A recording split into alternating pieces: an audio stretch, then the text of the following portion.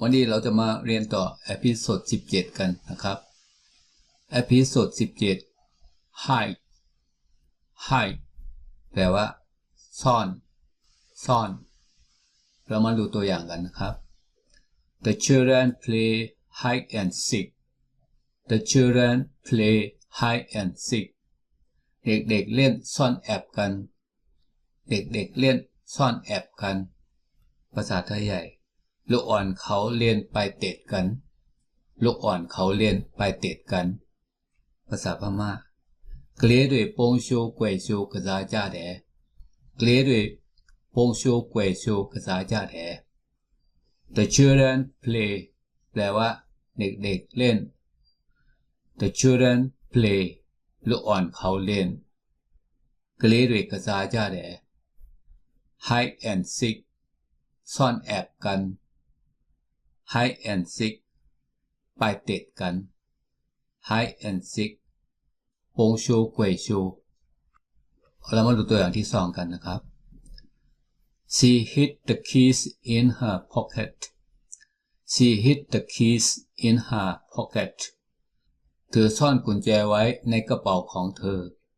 เธอซ่อนกุญแจไว้ในกระเป๋าของเธอภาษาไทยใหญ่มันนางเอากากซ้อเสิร์งไว้ในถุงมันนางเอากากซ้อเสิร์งไว้ในถุงมันนางภาษาพม่าตูมาเอกะเทมาต้อกูแวะทาแดตูมาเอกะเทมาต้อกูแวะทาแด She hid the keys แปลว่าเธอซ่อนกุญแจไว้ She hid the keys มันนางเอากากซ้อเสิร์ง She hid the keys ตูมาต้อกูแวะทาแด In her pocket ในกระเป๋าของเธอในถุงมันนางตูมาเอกะเทมาตัวอย่างที่3 He tried to hide his true feelings He tried to hide his true feelings